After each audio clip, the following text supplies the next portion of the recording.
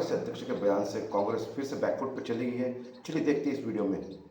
शहजाद पूनावाला, सवाल ये है कि देखेंगे वो जो देखना चाहते हैं, कहेंगे वो जो कहना चाहते हैं और फिर कहेंगे हम मोहब्बत की दुकान चलाते हैं। क्या ये सही है? प्लीज नाविका, मैं बीच में किसी के नहीं बोलता। नाविका, आप इनसे बुलवा लीजिए, जब इनका भड़ास निकल जाए तब मैं बोलूंगा। और राम मंदिर के प्राण प्रतिष्ठा को जो नाच गाना बोलते हैं, हिम्मत हो तुम्हारी तो हज के बारे में बोल के दिखाओ। हिम्मत हो तुम्हारी तो वेटिकन में जो कांग्रीगेशन होता है उसमें बोल के दिखाओ कि जब तक भाजपा को मैं सत्ता से नहीं हटाऊंगा मैं मध्य प्रदेश में, मैं तब तक हार नहीं पहनूंगा। पूनावाला जी, समस्या तो मोदी ही है। इस डिबेट में शहजाद पूनावाला ने जिस तरीके से बखिया उधेड़ कर रख दी है विपक्ष की, कांग्रेस की, सपा की और अन्य विपक्षी दलों की, और खासकर के विवेक श्रीवास्तव की, जिस तरीके से वो सपोर्ट कर रहे थे मल्लिकार्जुन खड़गे जी का जो बयान है मोदी जी के अगेंस्ट में आया हुआ, उसके खिलाफ जिस तरीके से शहजाद पूनावाला ने अपने कुछ तथ्य रखे और जिस तरीके से पास्ट में और कुछ जो बयान दिए गए थे उसके बारे में बताया, तो इस डिबेट में आगे आपको बहुत मजा आने वाला है। तो डिबेट आखिर तक जरूर देखना। डिबेट अगर आपको पसंद आता है तो वीडियो को लाइक करना, चैनल को सब्सक्राइब करना मत भूलना। मिलते हैं वीडियो के आखिर में। शहजाद पूनावाला, सवाल ये है कि देखेंगे वो जो देखना चाहते हैं, कहेंगे वो जो कहना चाहते हैं और फिर कहेंगे हम मोहब्बत की दुकान चलाते हैं। क्या ये सही है? देखिए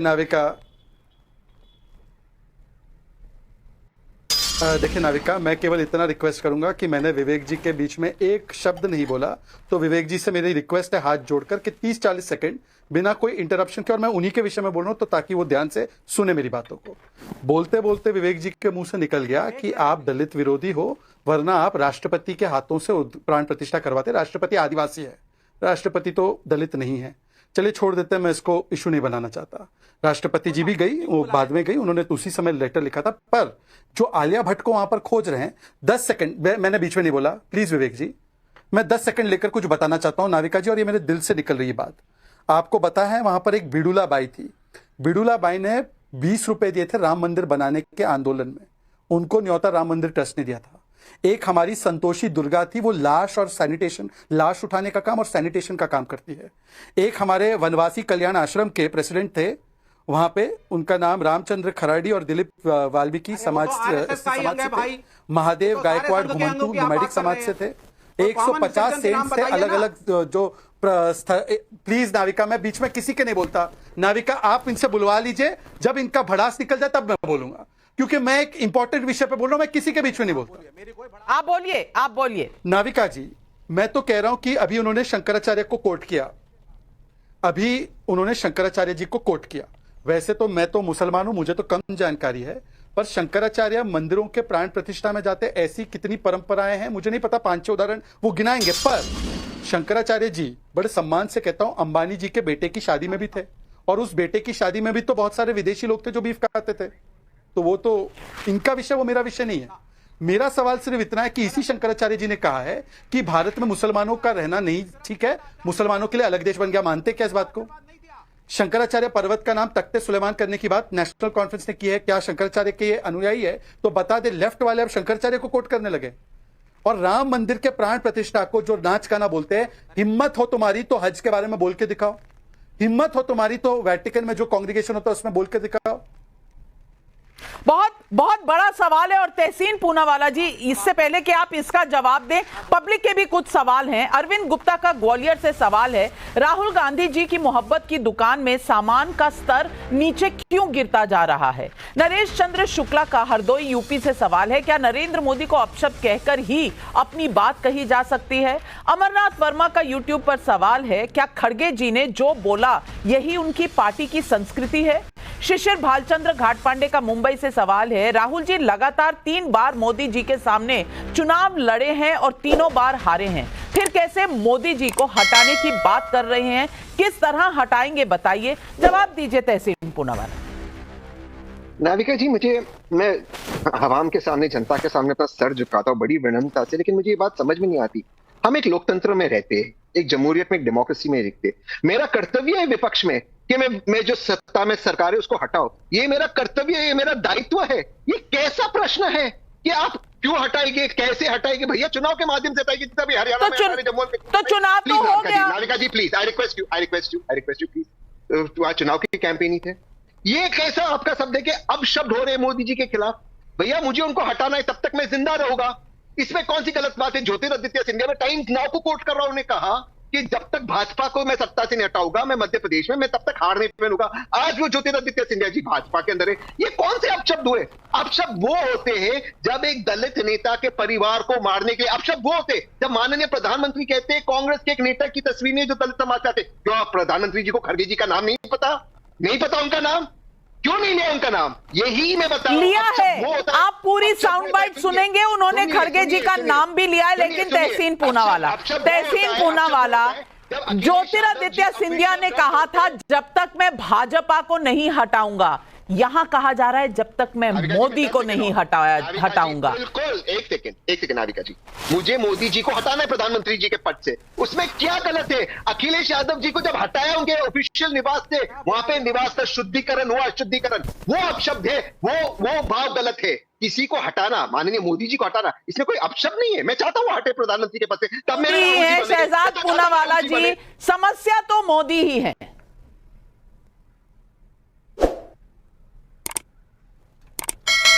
देखिए, तहसीन कह रहे हैं बार बार दलित का अपमान, दलित का अपमान। तो इनसे एक बार पूछे, कुमारी शैलजा को जब मुख्यमंत्री चेहरा नहीं घोषित करते हैं और वो खुद आकर कहती है कि मुझे चुनाव लड़ना है पर टिकट नहीं देते हैं, ये दलितों का अपमान है या नहीं है? जब दलित समाज के व्यक्तियों को अपमानित करते हुए उनका 14,000 करोड़ कर्नाटका की सरकार खा जाती है, वो दलितों का अपमान है या नहीं है? जामिया एमयू में SC ST का आरक्षण खत्म करते हुए दलितों का अपमान है या नहीं है? नेशनल कॉन्फ्रेंस वाल्मीकि समाज को दिए गए आरक्षण को खत्म करना चाहती है जम्मू कश्मीर में, वो दलितों का अपमान है या नहीं है? और इनको तो सीताराम केसरी की धोती फाड़ी गई, उसमें भी ओबीसी समाज का अपमान नहीं दिखा।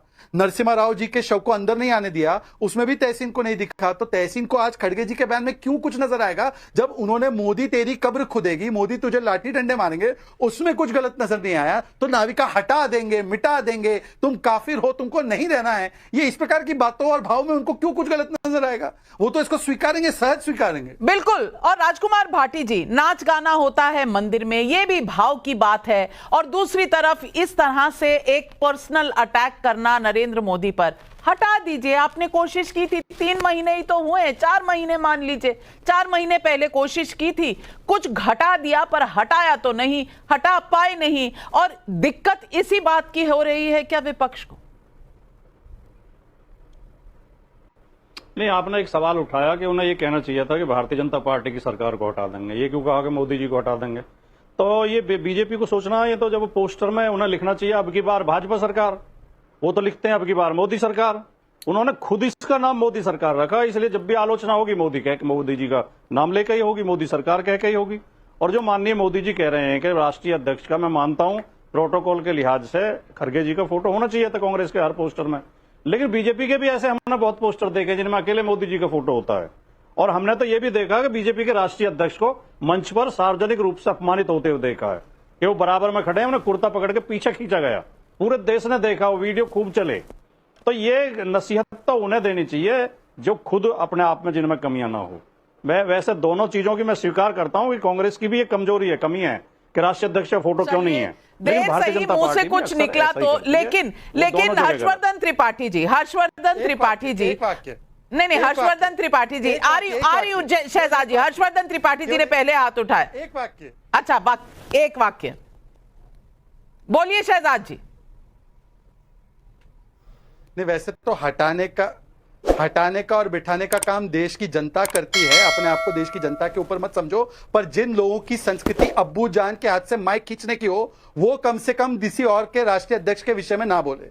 जिन्होंने औरंगजेब की, तो हरियाणा में होने वाले इलेक्शन के संदर्भ में जो रैलीज चल रही है और जो पब्लिक मीटिंग्स हो रही है, उसमें जिस तरीके से बयान निकल के सामने आ रहे हैं, जिस तरीके से प्रधानमंत्री मोदी जी को टारगेट किया जा रहा है, वो कहीं से भी एक सभ्य राजनीति का एक सबब नहीं बन सकता है। और जहाँ तक कि हम जानते हैं कि पहले से ही कांग्रेस के कई लीडर, ना कि कांग्रेस के बल्कि काफ़ी विपक्ष के लीडर जो है प्रधानमंत्री मोदी जी के बारे में अनाप शनाप बकते आ रहे हैं। हालांकि विपक्ष है, उनको उनके ऊपर हमला करना चाहिए, पर वो तर्कों से हमला करना चाहिए, और जो भी है उनको उस फैक्ट के लिए वहाँ पे आलोचना करनी चाहिए जहाँ पे उनको लगता है कि पक्ष जो है, सत्ता पक्ष जो है वो गलत कर रहा है, तो उनका हक है, वो कर सकते हैं। लेकिन जिस तरीके की भाषा का यूज़ वहाँ पे हो रहा है आज की राजनीति में, ये कहीं से भी अप्रिशिएट नहीं किया जाता है इसको, और ये कहीं से भी सही नहीं कहा जा सकता।